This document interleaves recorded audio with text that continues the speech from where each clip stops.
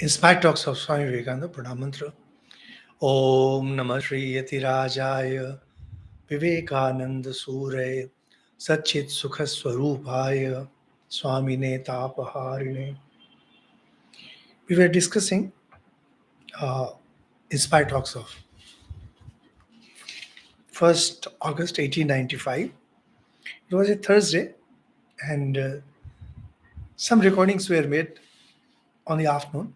And then from there, we moved on to 2nd August, where actually the talks on the 1st August was very, very important, which you find in the previous talk. And then Swamiji talked about how we develop our mind as far as spiritual world is concerned, and says that your mind should become so powerful that you can apply it to any of the beliefs and your mind doesn't get swayed. And from there, we had stopped at a very, very, very important philosophical idea that said dualism is included in Advaitism, monism. And we had mentioned that we'll explain it in the next talk, that is today. Those of you who are listening to these talks more of as words of Swamiji and out of devotion, it may not interest you.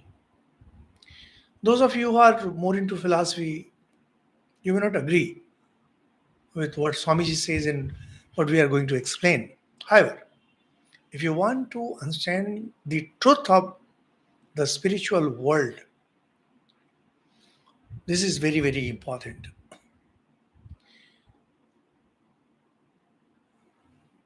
Let's look at the world of philosophy in nutshell. It's obvious that I am here and this microphone in front of me is there.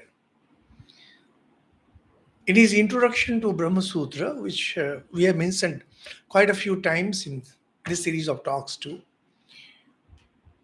Acharya Shankar calls it Yusmat and Asmat, Yusmat Pratyay, Asmat Pratyay.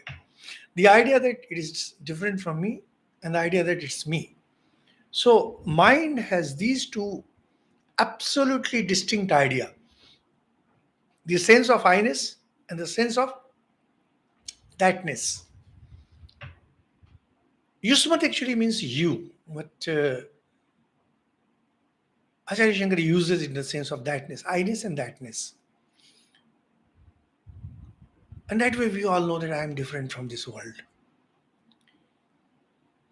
And actually, dualism is something which appeals to us, which is something obvious. And if I am true, and if this world is true, and since everything gets regulated, you see, this universe is regulated. So there might be, or maybe, or must be a force, a power that synchronizes the whole thing. And that power has to be separate from me because that is something obvious. Because I am not controlling it. Thus begins the famous dichotomy, you can say, famous Cartesian divide of body and spirit, mind and body, me and world. All these things, the duality, the famous duality. Descartes was the famous philosopher who came up with this idea of graph, x-axis, y-axis. The two divergent axes. And you can put anything on these two and you can come up with some result. Now, this is something obvious. But why do you need to study that which is something obvious? You study something which you don't know. When you go to a school, you go to learn something which you don't know already. When you come to listen to these classes, like for example, we have this, you'll find that There are many places where religious discourses are conducted. And that the speakers are same, the subject is same, and the listeners are same. And they've been listening to the same thing again, again, and again. Why? Because they enjoy it. Learning is not involved. When you go to learn to someone, you have to struggle. Your mind has to struggle. It's like climbing uphill. And it's a difficult task. And that's why most people do not want to learn, because it requires huge amount of mental labor. You see that most people like to listen to religious stories, religious discourses, because it creates some kind of hypnotism. Because you already know it, go into some kind of hypnotic spell. And you feel as if you also know that, etc., etc. Dualism is a spiritual hypnotic force, something with which you are fully aware. You know this to be true. You want it to be true. And it becomes so convenient, absolutely so convenient, when there is a God who is resting somewhere in the heaven and everything is fine with the world. Nothing wrong with it. Absolutely nothing wrong with it. And if you take most of these scriptures of different religions, that's what they talk about. When Moses talked about God, there's a kind of God he gave his people. But is it really true? If you look at the saints and sages of India, you'll find that most saints and sages have talked generally of dualism. However, they also tend to talk about unity at a grander level, which is not really Advaita, but it's not even Dvaita. Because Dvaita, the way it's understood in Semitic religions, Abrahamic religions, we don't subscribe to that. Even Dvaita given by Madhva, it's not exactly similar to what Semitic religions preach. But when we come to some of the statements of the Veda, and when it comes to spiritual statements, the Vedas are the ultimate authority. And the Upanishads, for example, we have the famous statement, Neha Nanasti Kinchana. There is no duality whatsoever. How do you justify it? Well, a powerful personality like Ramanujan Madhvacharya can explain it away, and that's the right expression. They can explain it away, but there's no explanation. I personally belong to the tradition of Sri Ramakrishna and Swami Vivekananda. And most of you who are listening, you belong to this tradition. What did Sri Ramakrishna say about the spiritual reality? You'll find it if you study Sri Ramakrishna's biography, particularly what he talks about spirituality is phenomenal. He talks about Kali. He also talks about Ram, Krishna, Shiva, other deities. He also talks about Advaita. He says Advaita is the last word. How do you reconcile all this? Actually, it doesn't require any reconciliation. Because Acharya Shankara has explained it long ago. Roughly 1100 years before Sri Ramakrishna experienced all this, narrated all this for the benefit of the humanity. Acharya Shankar had very clearly and philosophically established these differing statements from the Upanishads, because the Upanishads also talk about deities, duality, non-duality, etc. Those of you who are more interested in this, deeply interested in this topic, you can listen to our talks on Mandukya Karika. I'm sure you will find it fascinating. Advaita means whole. Dear listeners, there's a huge amount of misconception about Advaita. Advaita is often translated as monism. And even in this inspired talks of Swami Vivekananda, it's translated very often as monism. But Advaita is not monism. Advaita is non-dualism. And there's a huge difference between monism and non-dualism. Monism sounds more like monotheistic. In monotheistic religion, I am true, the world is true, and there is one God. So in monism, it seems as if the whole thing is one. The reality becomes one. But that's not what Advaita is about.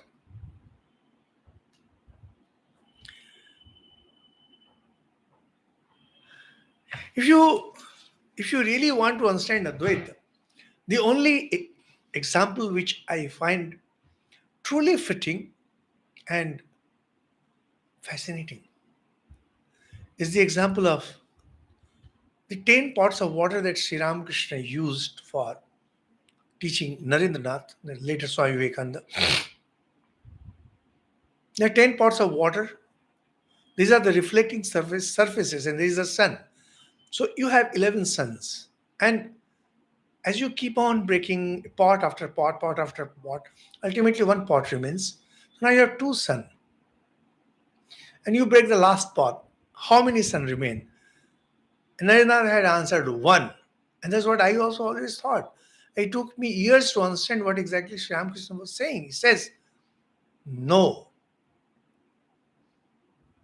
What remains cannot be described. Because there is no mind. Because there is no one else. The problem is when you talk about one, two, etc., you are moving in the realm of mind. And we are thinking of Advaita, you are thinking from the realm of mind. So you are talking of monism, you are talking of one. It's not that. Dear listeners, I would say honored listeners, if you can even theoretically understand or just even try to grasp what exactly Advaita is, believe me, your life will change. Your life will change forever. It's not one, it's not two, it's not zero. What is, is.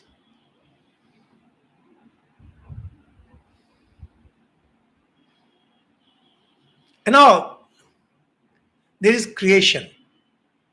For whatever reason,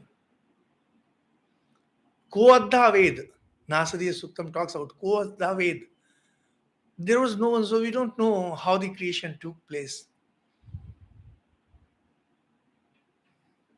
And now you can have pots of waters. And you can have reflecting sun, reflected sun, whatever term you use. How many pots we can have? As many pots you want. How many suns now we can have? As many suns you want. You want 10, you will have 10. You want 100, you will have 100. You want 1,000, you will have 1,000. What you need is just a pot that will have water. And there's no dearth of it. We have a huge number of oceans. And if you consider the entire universe, you can just go on having as many vessels as you want. And so you can have as many gods you want, and you can have as many bodies you want, you can have as many souls as you want. Because actually, there is neither one nor zero, it's all Advaita. Everything is just reflection. You go to a room, have one mirror, you will get one reflection of yourself.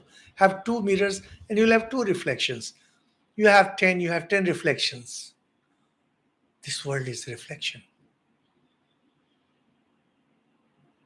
And if you say that, what about dualism? It's a reflection. It's very much true. What about Vishishtadvaita? Very much true. What about, there are many different schools. Huh? Dvaita Dvait, Shuddha Dvait, Achintya Bheda Ved given by our Chaitanya Mahaprabhu. And any either you use some kind of Dvait or you use some kind of a Dvait. You can have as many schools. There's absolutely no problem. Naturally, you may ask, does it mean that these are all false? Not at all. Why should they be false? Creation is very much real. And the suns that are being reflected, are reflected suns, but very much real. Nothing wrong with them. Only when you are talking about the ultimate reality, that ultimate reality is neither one nor two nor zero. Reality alone exists. And you can reach reality only when all the parts have been broken down. This concept is slightly difficult to grasp, but it's phenomenal. So whether you call Dvait or Vishishta Dvait, everything is included in Advaita, because without Advait, you cannot have Dvait. Without Advait, you cannot have Vishishta Dvait. So was Ramanuja and Madhva wrong? No, they were not wrong. It is just that they had that standpoint. Then what about Buddhism? Same. Shunya only means that mind doesn't exist. If mind doesn't exist, talking of Advait is as good as talking about Shunya. The only difference is that for us people, we ordinary people, when we think of Shunya, we think that there is no substratum. In case of Advaita, we know there is a substratum. This is the only difference in the ultimate analysis. Neither the world does not exist either for the Buddhist or for the non-dualists. And that's why sometimes critics call Advaita as prachanna bodh, which is term of abuse. Every philosophy that you can think of, be it Sankhya, be it Yoga, every religion that you can think of, and I will not name them, I don't want my head to be cut off. Every philosophy, religious philosophy, spiritual philosophy, spiritual outlook that you can think of, it's all included in Advaita. Mandukya Karika beautifully explains it. Sri Ramakrishna has repeatedly said, Swamiji is saying the same thing. Now, this is too grand. I'll stop for a minute just to see if you have any question. Because this is, if you can grasp it, you know that you have taken a huge leap. So, just let me see. In case you have any question, please ask, because it's something difficult, something. So, in case you have any question related to exactly what we have mentioned, please ask and we will answer it. How every system of philosophy, every religious outlook, and every whatever you can think of, the whole of science, the whole of art, these are all included in Advaita. Advaita is all inclusive because it gives you complete picture. It's the whole with a W, not without W. Because Buddhism is without W, it's a whole. It's just Shunya, but not Advaita. Advaita is with a W. In case you have any question, mine, it is an extremely fascinating subject, grand, very subtle, but extremely ennobling. Why the truth is not obvious? Now, why are you coming to Maya, Mr. Abhishek Chaudhary? Why the truth is not obvious to us? Which truth has been obvious to you, Abhishek ji? Tell me, was the theory of relativity obvious to you before Einstein came? Is quantum physics obvious to you? Was the circulation of blood obvious to you? Was the law of buoyancy obvious to you? Truth is never obvious to us because we are dull people. They're extremely dull people. Being dull, it takes some enlightened mind to know the truth. And then he passes it on for the humanity. And those of us who struggle, they grasp it. Now, why are we suffering? Now, this is not our topic, Abhishek Chaudhary. You are suffering because you think you are suffering. It's your mental illness. Anybody who says he's suffering is a mentally ill person. There is no suffering in the world. You think you are suffering, so you are suffering. And please never deviate from the topic. We are discussing all other philosophies are included in Advaita. If you have any doubts, any questions, you can ask. If not, we'll proceed. Lots of why questions. No, don't go to lots of why questions. We are discussing one simple thing, and that is how all philosophy, all religious outlooks, everything is included. And that's why we have so many gods. Because non-duality also means infinite. Infinite will have infinite number of faces. And that's why we Hindus, we have infinite number of gods. So actually the problem is, Mr. Rajkumar, that when I was a young monk, and believe me, Mr. Rajkumar, grasping Advaita is difficult. And even famous speakers on Advaita, they don't understand Advaita. I remember how I used to run from monks to monks, senior monks, trying to understand.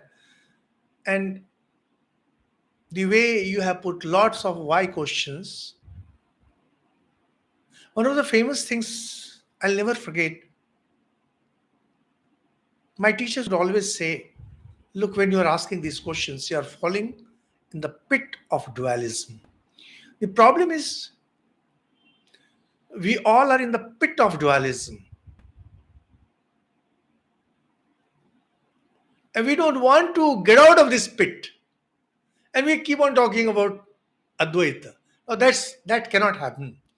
If you want to understand Advaita, you have to get out of the pit of dualism. So it's that. And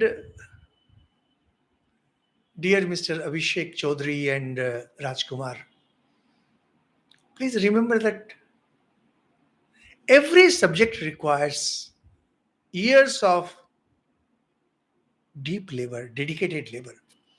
Satu dirgha kala nairantarya. For a very long time, continuously, you have to devote yourself to a subject. Only then you can start grasping it, not mastering it. Mastering is a big thing. Mastering can come only by the grace of God. So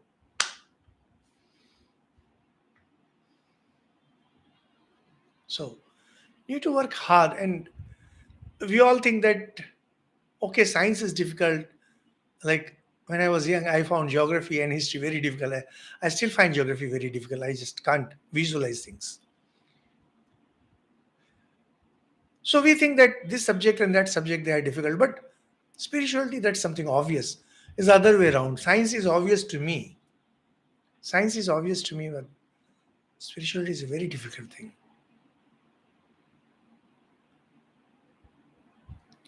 Now, Abhishek Chaudhary, you seem to be pretty serious one.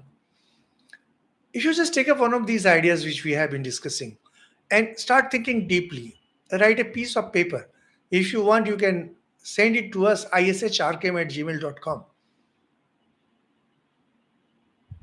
Only when you start thinking deeply, start writing, then ideas will start becoming clear.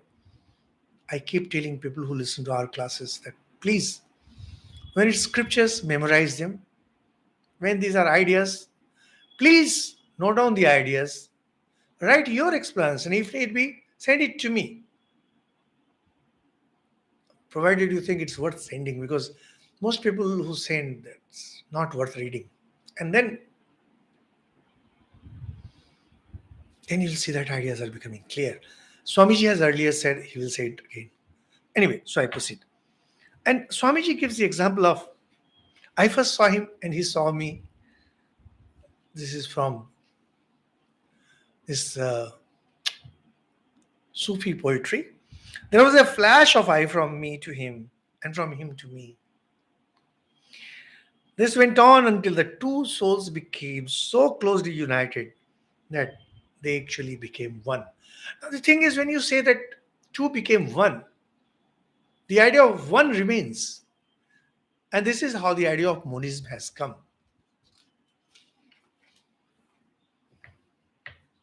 When we are talking about non duality,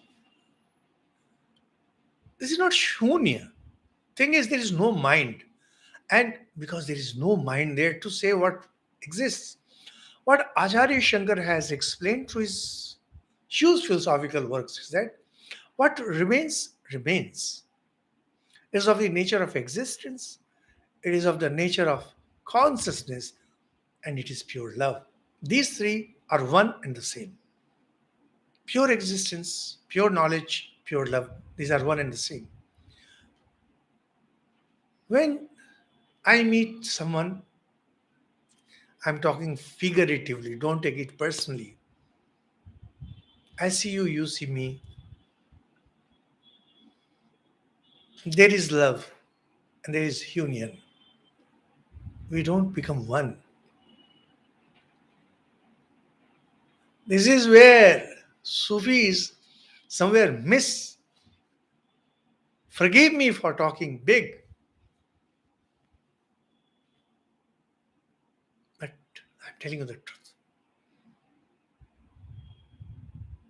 Sufis are not full Advaitins. They are not.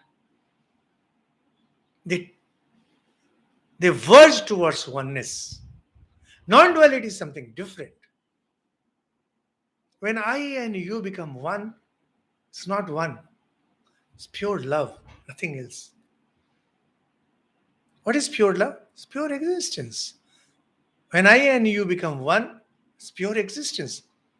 There is neither I nor you, nor there is oneness. What is. Believe me, these things are a bit subtle to grasp. So, but it's not even that difficult. ऐसे इतना कठिन भी नहीं है. So, oh, here comes Bagdeji with his questions. You said that the world and the activity in the world are all reflections. So why can't we see their reflection? While Yogi said that it is. Well, you are answering your own question. You say that Yogi said that. You be a yogi and you will know that. Finished. See, just see how questions are so naive. So Bhumishwar Bagde, he has lots of questions. He keeps on sending me questions. He says that I don't see the reflection, but yogis. It only means that you be a yogi. You are not a yogi. That's why you are not able to see it. Such an obvious thing. Impossible to see Brahm. Oh, you are correct. Brahm. Bhram. Huh? Brahm. Yes, indeed. Brahm is always difficult to. And if you mean Brahma, how can you see Brahma? You are Brahman. How can you see yourself? Seeing implies duality. There is no duality. Bagde जी थोड़ा सोचो दिमाग लगाओ भगवान ने बुद्धि दी है ये बुद्धि जैसी दी है भगवान को जस की तस धर दीनी चदरिया दिस इज फेमस पोएट्री नहीं जस की तस धर दीनी चदरिया नहीं don't do it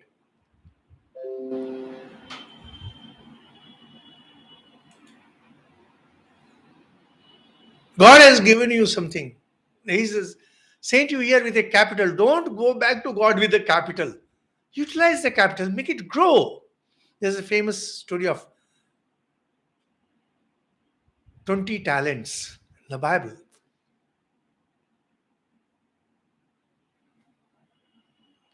Where two servants were given 20 talents and one was lazy enough to keep that without investing, and another one had invested. And the landlord, he said to the person who had made the money grow, you keep the whole of that. And one who had not labored, he took away his and said, you're lazy. If you don't utilize your mind, you don't utilize your capacities, God will take it back from you. If you utilize it, God will say, keep it with you. If you don't grow, if you don't let yourself grow, you'll go back in the evolutionary chain. So, well, such a thing. Okay, so I proceed. Then Swami says there are two kinds of samadhi. I concentrate on myself, then I concentrate, and there is a unity of subject and object. There's actually two different kinds of meditation. In one, you meditate on yourself and say, Neti, Neti, not this, not this. Everything other than you drops away because everything else is just a reflection of yours. So, Bhumeshwarji, everything is your reflection. Meditate. Meditate for some months, and you will know the answer. Second one is you try to see the unity between the subject and the object. The meditation that's prescribed mostly in Raj Yoga. If you're interested, you can listen to our Raj Yoga talks.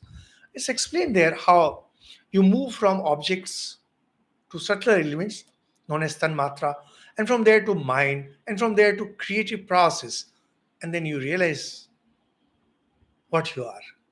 So these are the two different kinds of meditation that Swamiji mentions. You must be able to sympathize fully with each particular, then at once to jump back to the highest monism. People of America did not understand Advaita, and also Swamiji uses the word monism. He says, Advaita has no quarrel with Shaiva. Advaita has no quarrel with Vaishnavas or Shaktas. With Shaktas, you are a Shakta. With Shaivas, you are a Shaivas. At heart, you are Advaitin. Only Advaitin can love all. A Vaishnava, he will love only the Vaishnavas. A Shaiva will love only the Shaivas.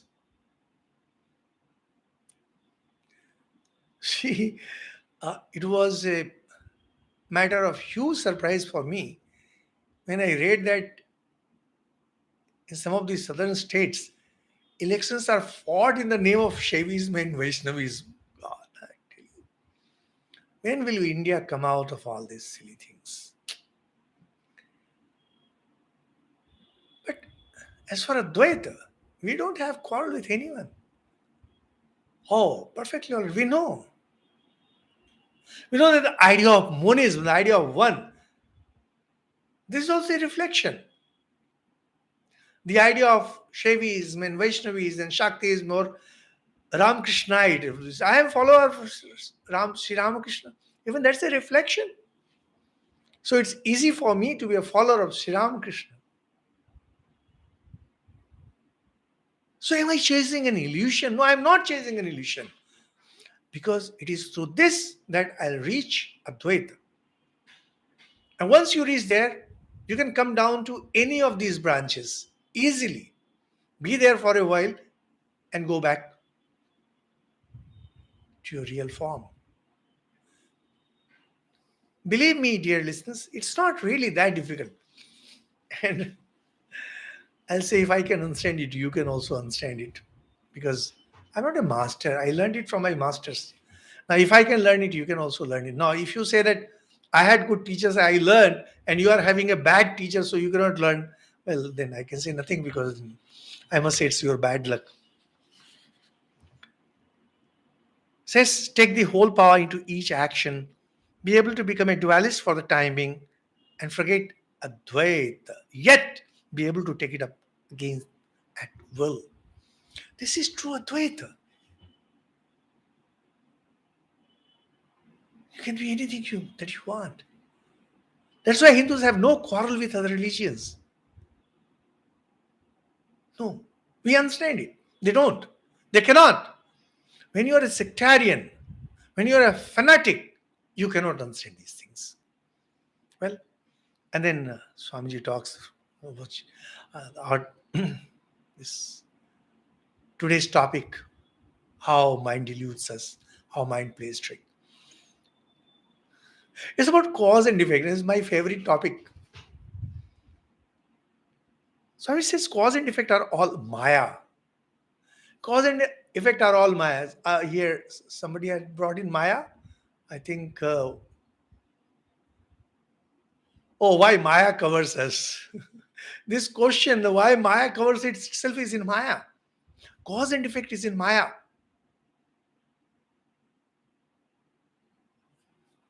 And the best example of cause and effect is science. Science is fully in Maya. Is Maya wrong? Well, if Maya is wrong, then science is also wrong. Question is cause and effect correct? Is it for real? Well, cause and effect are all Maya, and we shall grow to understand. We shall grow to understand that all we see is as disconnected as the child's fairy tales now seem to us. My dear listeners, dear future Jivan Muktas, because if you are holding on to this topic, if you are loving this topic, know that in this or the next birth you will be a Jivan Mukta.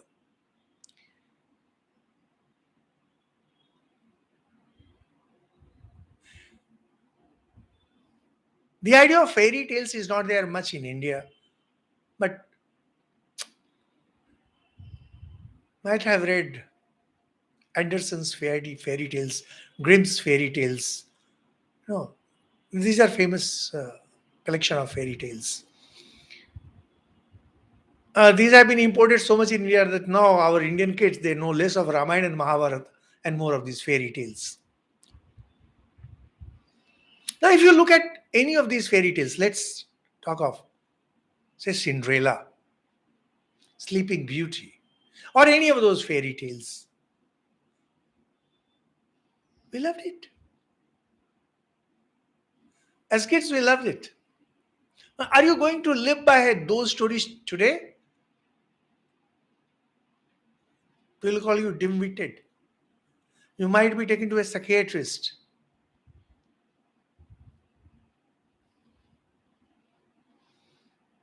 More interesting is Alice in Wonderland. It's a phenomenal book.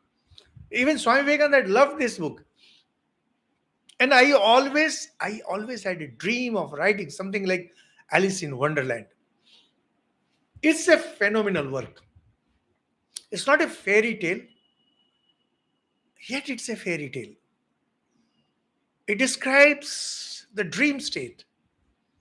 And in that dream state, which is definitely better than fairy tales, when you're reading, and of course, in Indian tradition, we have very beautiful stories based on dreams. Unfortunately, they are not as popular as Alice in Wonderland because Alice in Wonderland was written for kids. Any good book written for kids becomes universal. That's a very interesting thing about books written for the kids. When you write something for kids, and if it's a good book, it will become a universal book. Those of you who aspire to be a writer, always try to write for kids, and you will become a universal writer.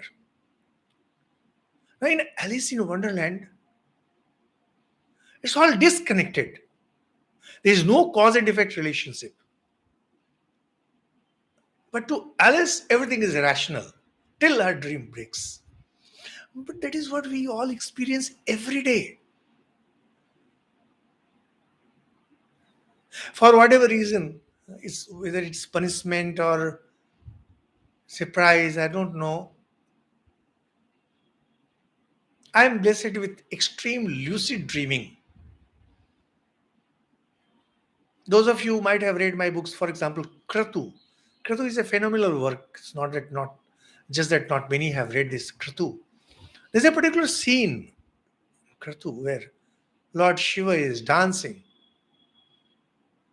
That scene came to me in my dream,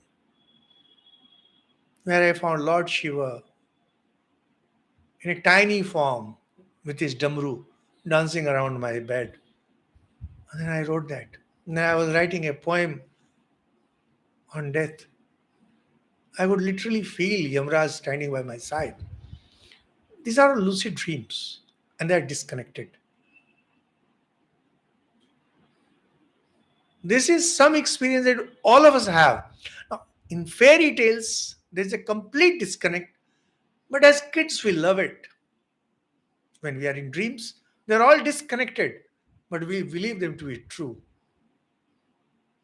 Cause and effect is actually cause and effect is totally disconnected. And yet our mind makes us believe that it's true, because mind cannot live without pattern. Mind cannot take this huge load of information that keeps on flowing through us all every second. Just imagine, we have around 100 billion cells and there are connections and all that. Even then, just one look at the universe, if you just want to retain information of just 1 second, our brain will be too little for that. So how does brain maintain this? Through creating dynamic models and pattern making. And one of the famous tool making is cause and effect. I had written one article long ago, frame and fill. Our mind creates frames. It goes on filling. And the moment something doesn't fit, something doesn't fill inside that frame, it realigns the frames. It came out in Prabuddha Bharat and I think in some other journals. So the problem is that today we think those fairy tales to be fairy tales.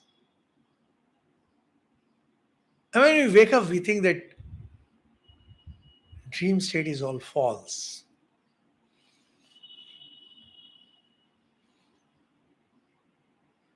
There's this famous mathematical theorem by Gödel. It's known as theory of incompleteness.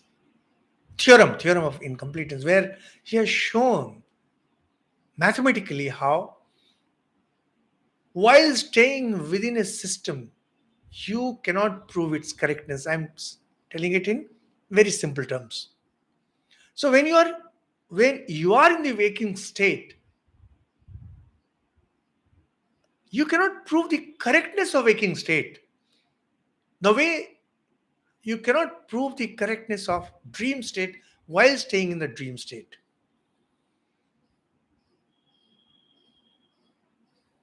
To study the correctness of waking state, you have to go to a different state from where you can look at the waking state. And then you realize that cause and effect, which is the master key of waking state, actually doesn't exist. There is no cause and effect. And it strikes a deadly blow on theory of karmavad. Hey, those of you who swear by karma, law of karma, those of you who swear by karmavad, it was in my karma. Karma basically means cause and effect, and there is no cause and effect. Believe me, dear listeners. Today I have used this, dear listeners, too many times. Just look back at your life impassionately. Be impassionate about it. And you'll find there is no cause and effect. Absolutely no cause and effect.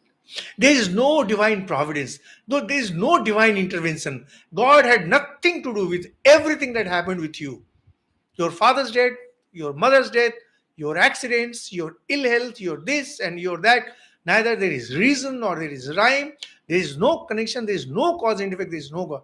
They just happen. And we are just the witness. We are watching. And we'll go mad. We'll just go mad if we try to take all those things as disconnected. To save our sanity, our brain creates pattern formation. And that's how science comes.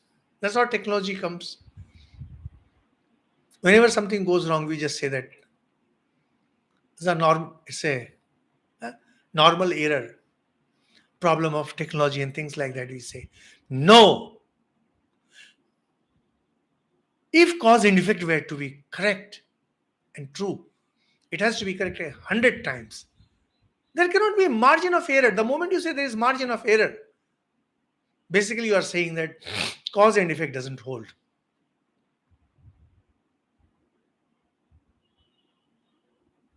Will you then say randomness? Well, randomness. Most mathematicians are curious to find a pattern in the series of pi. They are not yet able to find a series in pi. And that again is used by some people to prove that the world is, after all, random. But when you say random, then also actually you are creating a pattern. Just by saying that it's random, you are creating a pattern. Well, the world goes its own way. I love one of those famous cartoons of Dennis the Menace. Dennis has a dog called Ruff, and Dennis has some of his friends, and they're all there. And Dennis says, "I have trained Ruff so well. Whatever command I give, he understands." So Ruff gets up, and Dennis says, "Get up!" And he sits down. And he says, "Sit down." And his friends say that, "Look, what he is doing, you are dictating." Then he says, "I have trained him so well that the moment I think, he knows. I don't even have to say." See. Actually, this is what the whole world is going through. When we are swearing by cause and effect, when we are swearing by sciences, when we are trying to be rationalistic, when we say that is religion scientific, we don't even realize that we are making a fool of myself, a donkey of ourselves, an ass of ourselves. And what's that? You're trying to take pride in something which does not exist. We'll continue from here. Thank you so much, dear listeners. And now we have a question answer session. You can join us. Thank you. Thank you so much.